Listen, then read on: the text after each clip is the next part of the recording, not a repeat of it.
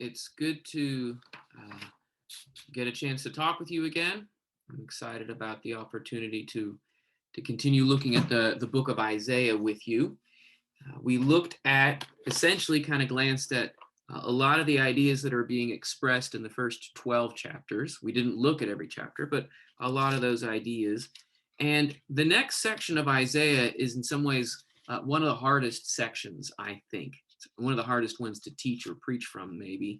Chapter 13, all the way through 35 is that pesky middle section that feels so confusing. And if you start just flipping through the headings, you'll see an oracle for this country, an oracle for that country, and a message for this country. And then it starts turning into messages for some other countries that we might not even know or understand.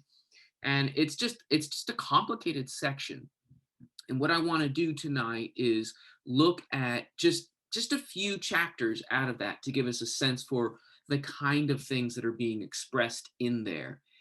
It's easy to get lost in what I think are a cycle of sermons. He has a set topic of sermons that he goes through, and then he kind of cycles through it again and changes the names of who it's addressed to and changes some of the ideas.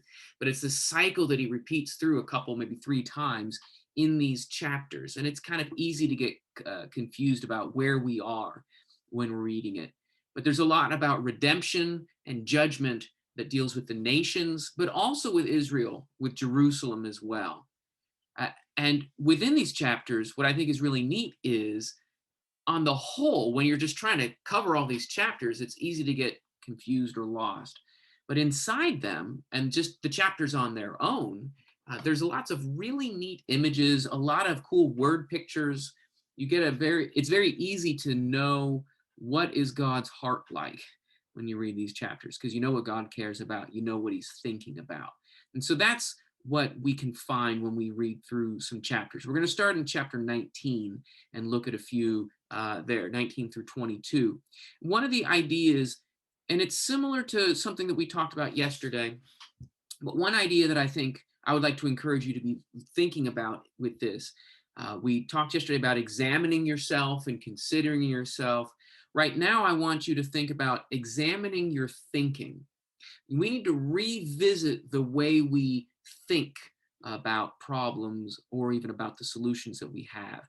And we might have an answer, or we might have an idea, and we might have a habit, and that comes from practice or study. But we need to take the time to take that thinking and that idea and hold it up to God's light and see, does it work still?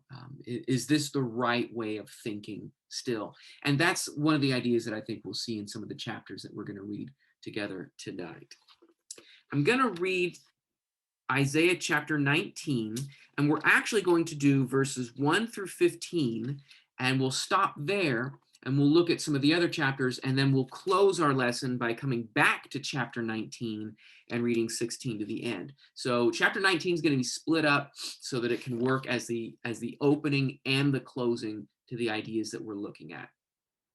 If you look at chapter 19 and verse 1, we can see that this is the oracle or the message or even the doom that is for Egypt. I'm going to read verses 1 through 4 right now. An oracle concerning Egypt. Behold, the Lord is riding on a swift cloud and comes to Egypt, and the idols of Egypt will tremble at his presence, and the heart of the Egyptians will melt within them.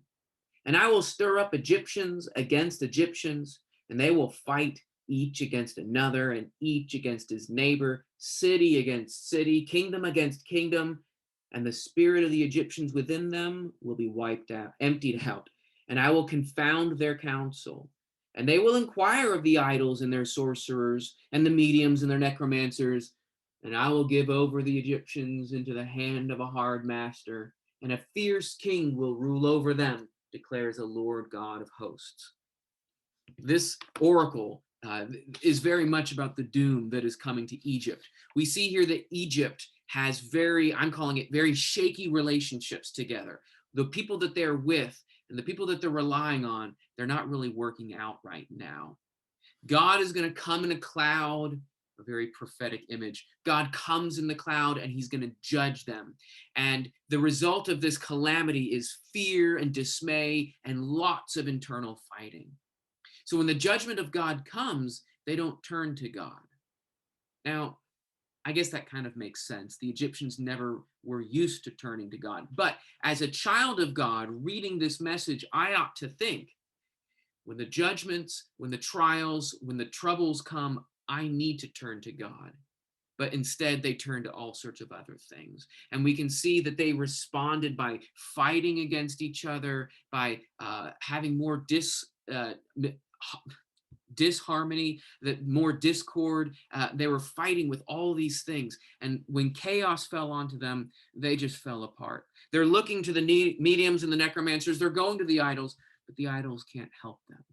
Instead of turning to God, they turn against themselves and they look to their own methods, and they're just failing them. And it continues in verse 5. We'll read verses 5 through 10 now. And the waters of the sea will be dried up, and the river will be dry and parched, and its canals will become foul, and the branches of Egypt's Nile will diminish and dry up. Reeds and rushes will rot away.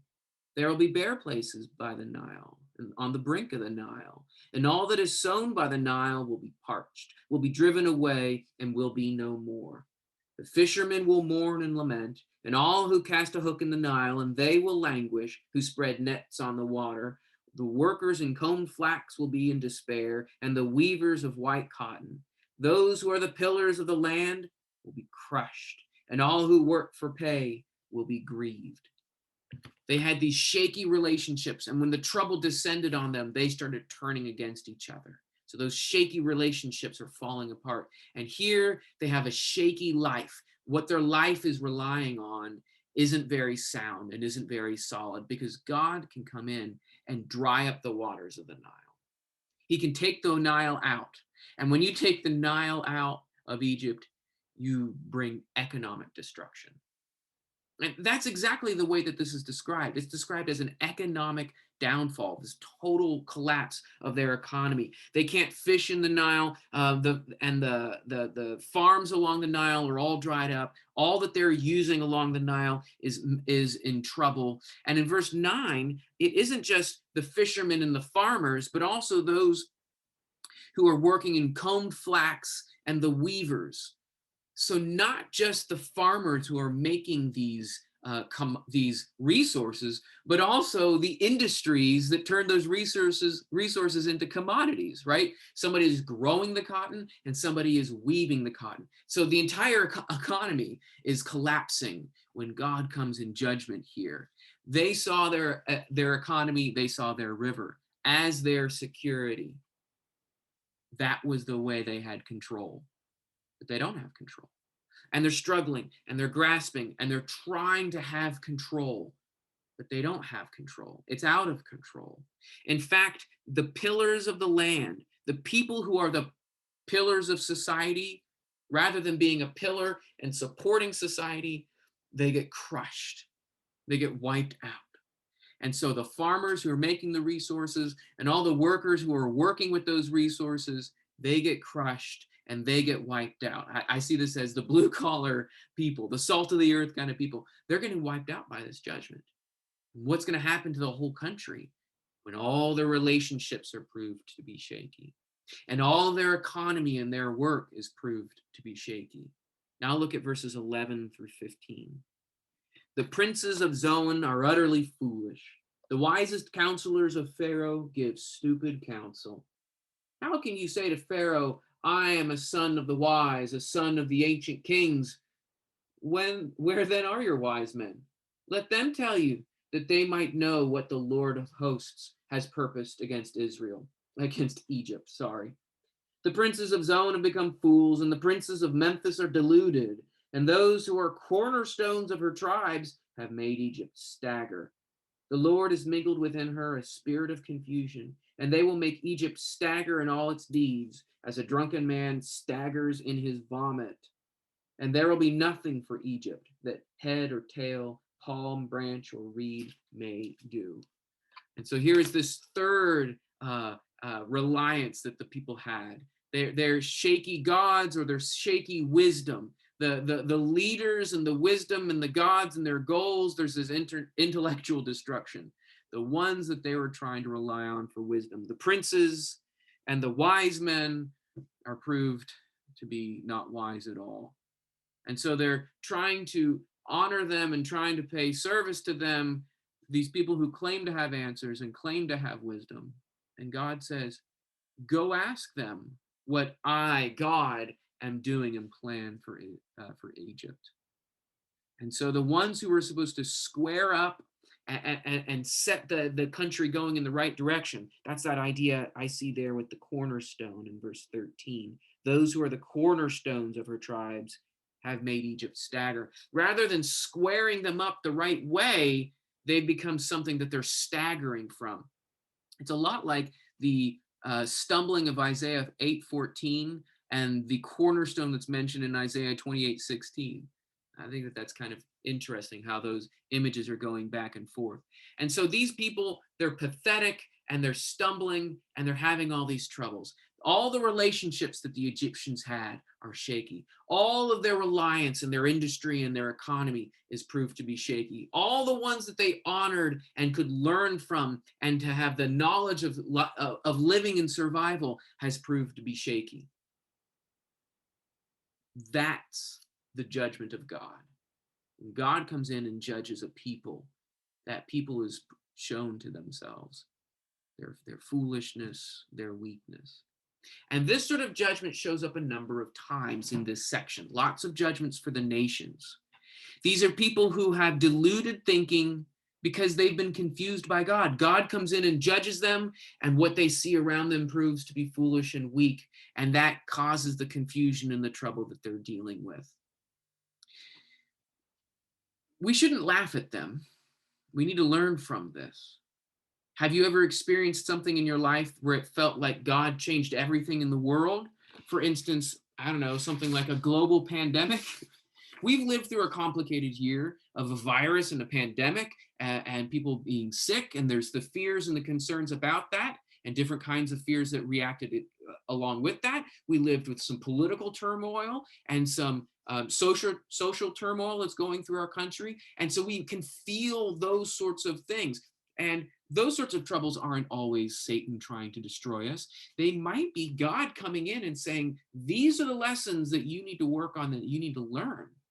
And so what we need to do is when we find ourselves in these circumstances is think, I know a way to respond to this.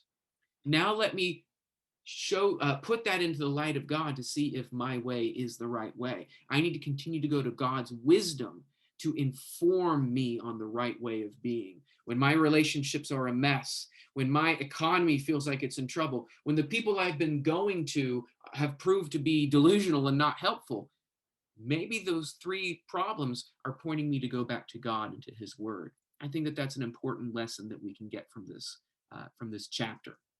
All right, we're going to stop looking at this chapter for the moment, and we're actually not even going to take the time to look at chapter 20. It's super short, and it's something that you can figure out on your own. I'll give you a hint. The hint is don't trust Egypt. That's what the chapter is about. It's a message that is going to prove that Egypt is not someone that you can rely on. Egypt is not somebody that you can trust. And it's a very simple little story that you can read through on your own, but it fits with what we're talking about here. And it seems kind of fitting after chapter 19, where it seems like Egypt is a mess and Egypt isn't turning to God. Chapter 20 should feel obvious. Well, then we shouldn't trust Egypt. Okay, now we're going to look at chapter 21. We kind of just zip through chapter 20, but just trying to whet your appetite so that you can read that one on your own. Chapter 21, if you look at this, it says, the oracle concerning the wilderness of the sea. That sounds interesting. I wonder who that is. If you have a Bible heading, my Bible puts in boldface a heading saying that this is about Babylon, you go, well, wait, that's not what it says in verse 1. Well, as you read through, you'll find out in verse 9 that it is talking about Babylon. And so Babylon is supposed to be this wilderness of the sea. That's an interesting description. That seems very poetic. That's not a literal name. That's a description about something, a wilderness of the sea, that desert and empty and open image, including the idea of maybe even being stranded on the sea. That's a really powerful image here. And I think that that's a good hint that this chapter is not going to be as straightforward as what we saw in Egypt. I think that chapter 19 is nice and easy. Oh, look, their relationships are falling apart. Oh, their economy is falling apart. Oh, all their intellectualism and wisdom is falling apart. Those are real tangible ideas that we can wrap our minds around. Chapter 21 is a little bit different. It's a beautiful chapter. It's a beautiful work of poetry, I think. And in that beauty, it's talking about really horrible things, but it's very movingly written. So I'm going to go ahead and read the whole chapter so that you can get a sense for it. As we read through this chapter together, pay attention to the mood that's being developed. Now, I'm going to be reading it aloud, so maybe the tone of my voice is going to force a mood or a sentiment on you, but listen to the way that the evocative language in this chapter is trying to convey something to you. What is the feeling? So we're going to read chapter 21 now, Isaiah chapter 21. The oracle concerning the wilderness of the sea. As the whirlwinds in the Negeb sweep on, it comes from the wilderness, from a terrible land. A stern vision is told to me. The traitor betrays and the destroyer destroys. Go up, O Elam, lay siege, O Media. All the sighing she has caused I bring to an end. Therefore my loins are filled with anguish. Pangs have seized me, like the pangs of a woman in labor. I am bowed down so that I cannot hear. I am dismayed so that I cannot see. My heart staggers. Horror has appalled me. The twilight I longed for has been turned for me into trembling. They prepare the table, they spread the rugs, they eat, they drink. Arise, O princes, oil the shield. For thus the Lord said to me, go set a watchman. Let him announce what he sees. When he sees riders, horsemen in pairs, riders on donkeys, riders on camels, let him listen diligently, very diligently. Then he who saw cried out, upon a watchtower I stand, O Lord, continually by day, and at my post I am stationed whole nights. And behold, here comes riders, horsemen in pairs. And he answered, fallen, fallen is Babylon, and all the carved images of her gods he has shattered to the ground. O my threshed and winnowed one, what have I heard from the Lord of hosts? The God of Israel I announce to you. The oracle concerning Duma. One is calling to me from Seir, watchman, what time of the night? Watchman, what time of the night? The watchman says, morning comes and also the night. If you will inquire, inquire, come back again. The oracle concerning Arabia. In the thickets in Arabia you will lodge, O caravans of Dedanites. To the thirsty bring water. Meet the fugitive with bread. O inhabitants of the land of Tema, for they have fled from the swords, from the drawn sword, from the bent bow, and from the press of battle. For thus the Lord said to me, within a year, according to the years of a hired worker, all the glory of Kedar will come to an end. And the remainder of the archers of the mighty men of the sons of Kedar will be few, for the Lord, the God of Israel, has spoken. So I might have hammed it up a bit with the tone that I was reading it in. So you might be able to tell what mood I think is in this chapter. This is a terrible chapter. It's a beautiful set of words, but it's about terrible things. It's about dire troubles and people who are fallen. It's about destruction. It's very moving and scary at times. Now, it turns out to be about Babylon. And Babylon proves to be a big trouble and a big problem to Israel. That's the nation that comes in and destroys the southern kingdom after the Assyrians. So it's interesting that the doom of Babylon, rather, is something that sounds scary and sounds ominous that it seems like Isaiah isn't excited about. I think that that's really curious to me. In the first two verses, we see that the vision is coming and the message is beginning, and that the bad are going to do bad in verse 2. The traitor betrays. This sounds to me a lot like Revelation chapters 13, verses 9 and 10. If anyone is to be taken captive, into captivity he goes. And then Jesus ends it with, here is a call for the endurance and faith of the saints. These things are going to happen, and Isaiah is hearing about that. and there's this great concern for him. And then in verses 3 and 4, Isaiah reacts. Therefore, my loins are filled with anguish. Pangs have seized me. Verse 4, my heart staggers. The doom is about another country, but Isaiah is pained by this terrible judgment. There's no joy for Isaiah in this judgment. This is a terrible thing that he is seeing happening in this vision, and it scares him and it pains him, and it's a trouble. And in verse 5, they prepare a table, they spread rugs, or that could be translated, they set it up, and they eat and drink, which is kind of like right out of nowhere. It makes me think, in the face of this doom, here are some people setting up dinner, which of course, that makes me think of Belshazzar in Daniel chapter 5, who had this great feast and was even eating with and drinking with the cups that were from the temple when the hand of God was writing on the wall and gave him the message that he was going to go down.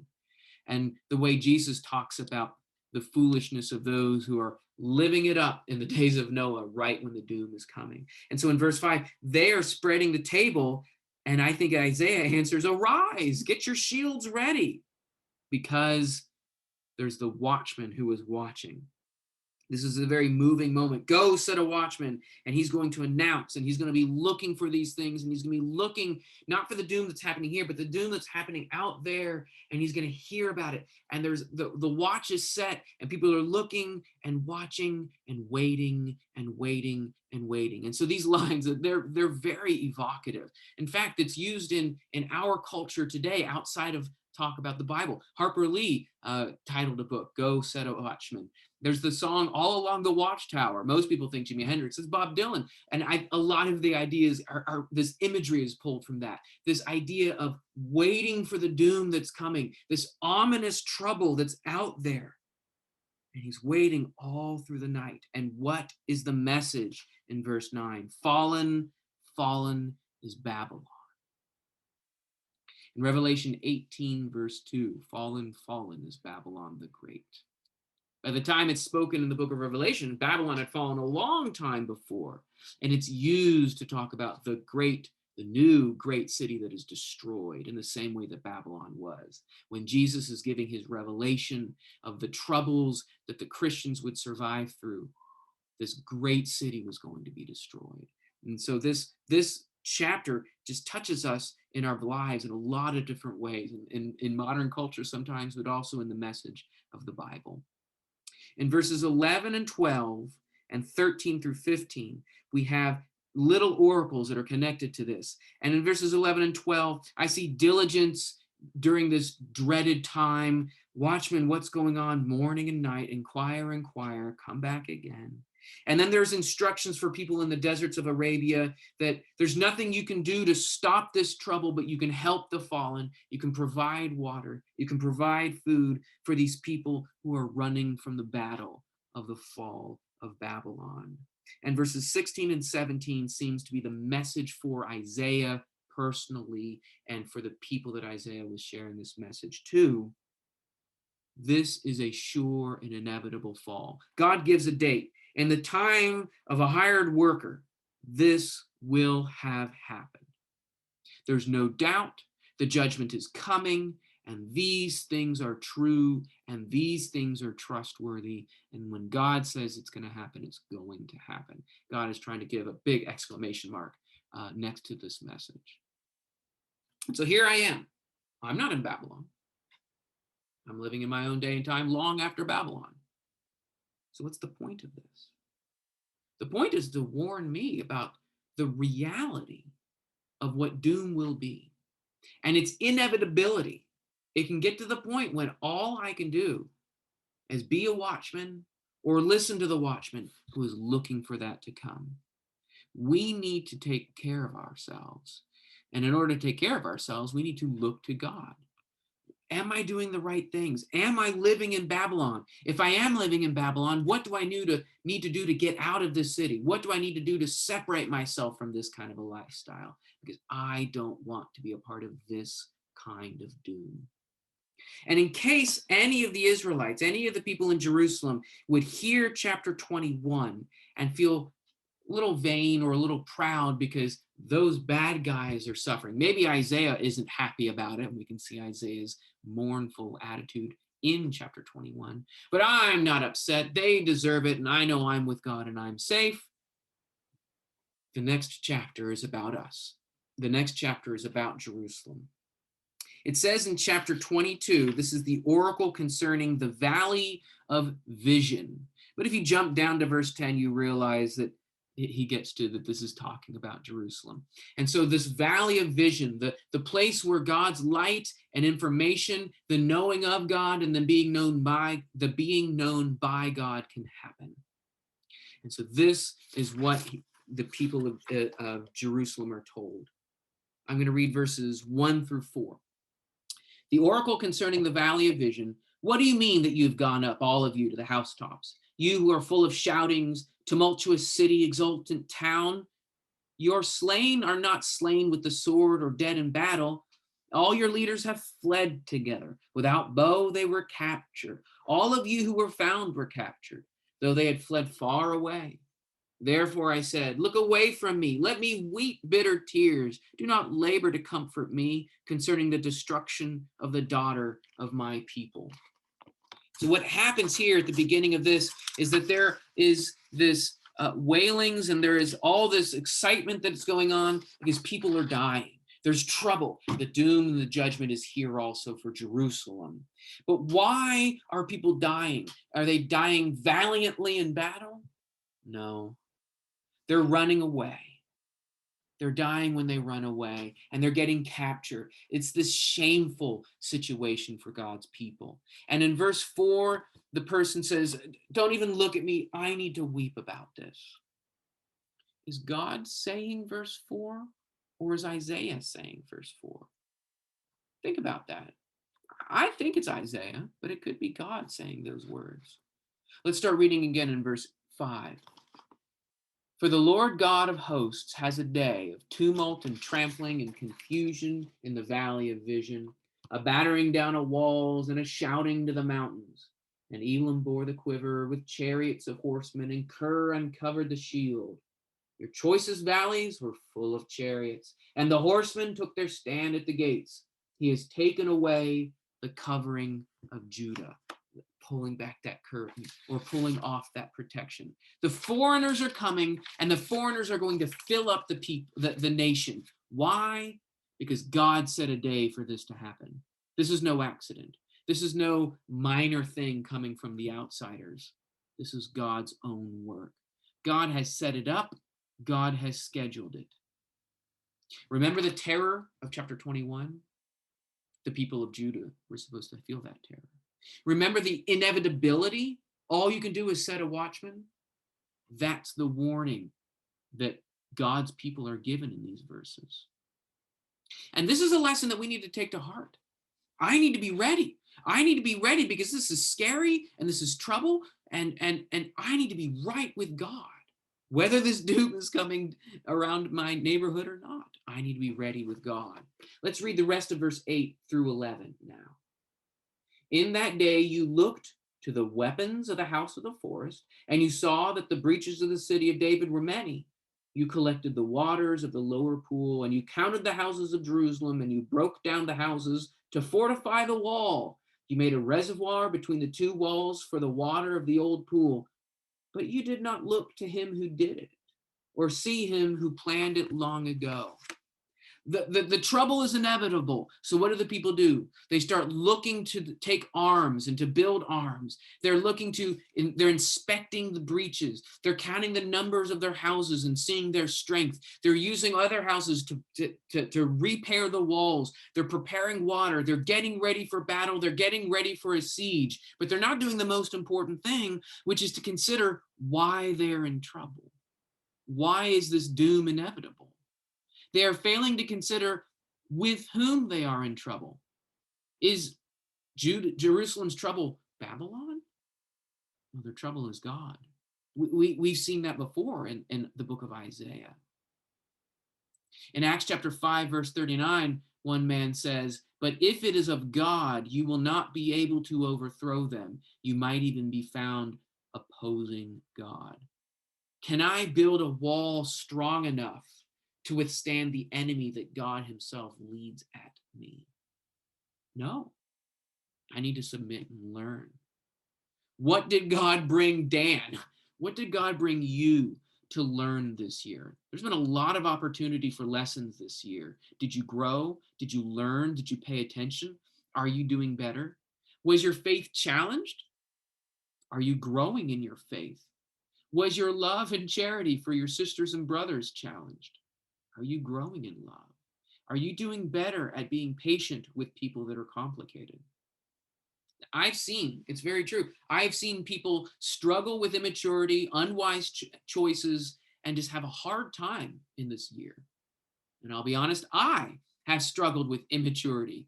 I have made unwise choices. I have struggled this last year, but I've seen people grow. And I've known that by God's help, I've grown. Is that what you are doing? Or are you just trying to build a wall thinking you can keep an enemy out? We need to take our ideas, maybe I need a better wall, and hold it up to the light of God and see if that idea still works. Look at 12 through 14 now. In that day, the Lord God of hosts called for weeping and mourning, for baldness and wearing sackcloth, and behold, joy and gladness, killing oxen and slaughtering sheep, eating flesh and drinking wine. Let us eat and drink, for tomorrow we die. The Lord of hosts has revealed himself in my ears. Surely this iniquity will not be atoned for until you die, says the Lord God of hosts. Isn't this the trouble that we saw in chapter 21, verse 5?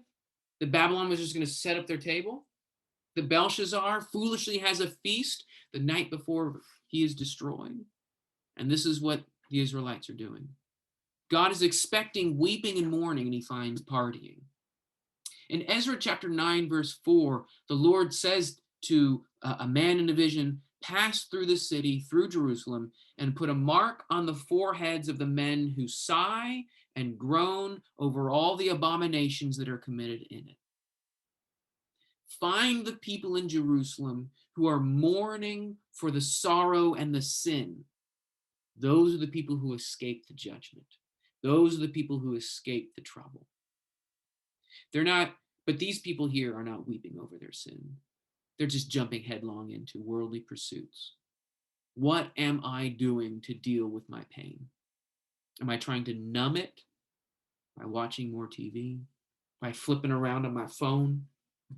Or am I trying to seek God for the right answer to my pain, to my guilt, to my frustrations and my fear?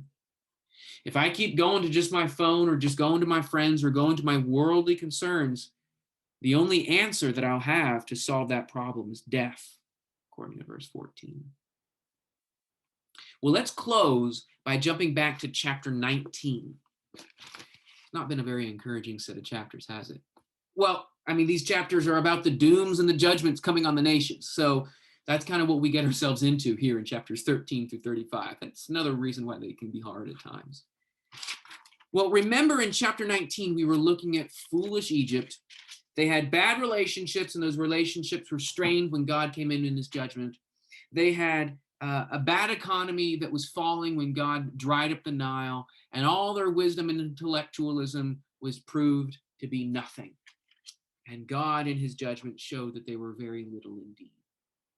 I'm going to read verses, I'm trying to figure out if I'm going to do it in one shot. Yep, I am going to do it in one shot. I'm going to read 16 through 25. And listen to the progression here. This is about Egypt still. Verse 16, in that day the Egyptians will be like women and tremble with fear before the hand that the Lord of hosts shakes over them. And the land of Judah will become a terror to the Egyptians. Everyone to whom it is mentioned will fear because of the purpose that the Lord of hosts has purposed against them. In that day there will be 5 cities in the land of Egypt that speak the land of Canaan and swear allegiance to the Lord of hosts. And one of these will be called the city of destruction.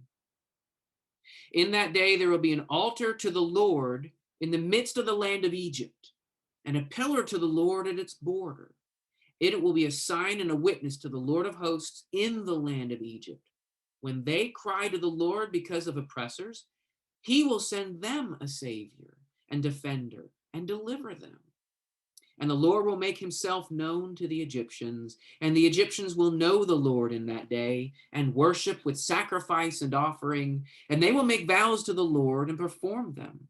And the Lord will strike Egypt, striking and healing. And they will return to the Lord, and he will listen to their pleas for mercy and heal them. In that day, there will be a highway from Egypt to Assyria, and Assyria will come into Egypt, and Egypt into Assyria, and Egyptians will worship with the Assyrians. In that day, Israel will be a third with Egypt and Assyria, a blessing in the midst of the earth, whom the Lord of hosts has blessed, saying, Blessed be Egypt, my people, and Assyria, the work of my hands, and Israel, my inheritance. Chapter 19 doesn't end the way I expect it to. Egypt is a mess. God has come in judgment. Egypt is revealed to be just one of the many nations who rely on their own works and their own things.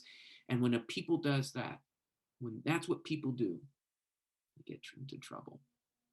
But consider the progression we went through in this reading. In verses 16 and 17, there is a terror, there is a trouble. But in verse 18, they're speaking Canaanite. They're speaking the language that is up where God's people are.